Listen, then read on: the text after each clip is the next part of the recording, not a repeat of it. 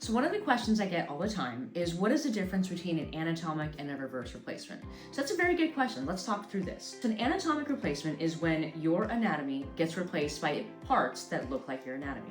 So this is a shoulder model. What we're looking at here is this side should be the socket side and this side should be the ball side.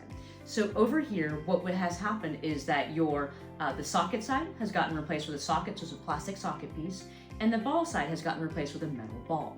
So that's an anatomic replacement because we are replicating your anatomy with metal and plastic parts. What happens in a reverse replacement is when these change out. So what ends up happening is this socket piece now becomes a ball piece that's over here. And then what ends up happening over here, the ball piece ends up becoming a socket piece.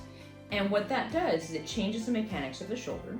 So now you have the ball on the original socket side. So a reverse replacement actually changes the mechanics of your shoulder, so it no longer depends on the rotator cuff.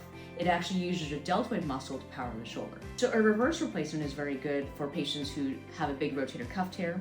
It's good for patients who don't have a rotator cuff or who have a rotator cuff that may not be of the best quality.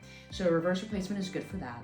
It may also be good for patients with really bad bone or poor bone quality or big bone deformity. As you can see here, there's screws that go into that portion, and the screws can offer a little bit more stability. The traditional implant with the socket, where it doesn't have those screws. So the screws can provide a little bit more stability. So reverse implant is good for patients who have bad rotator cuff issues, bad bone issues, bad bone deformity. So that may be a reason why we choose the reverse replacement over the anatomic replacement for you.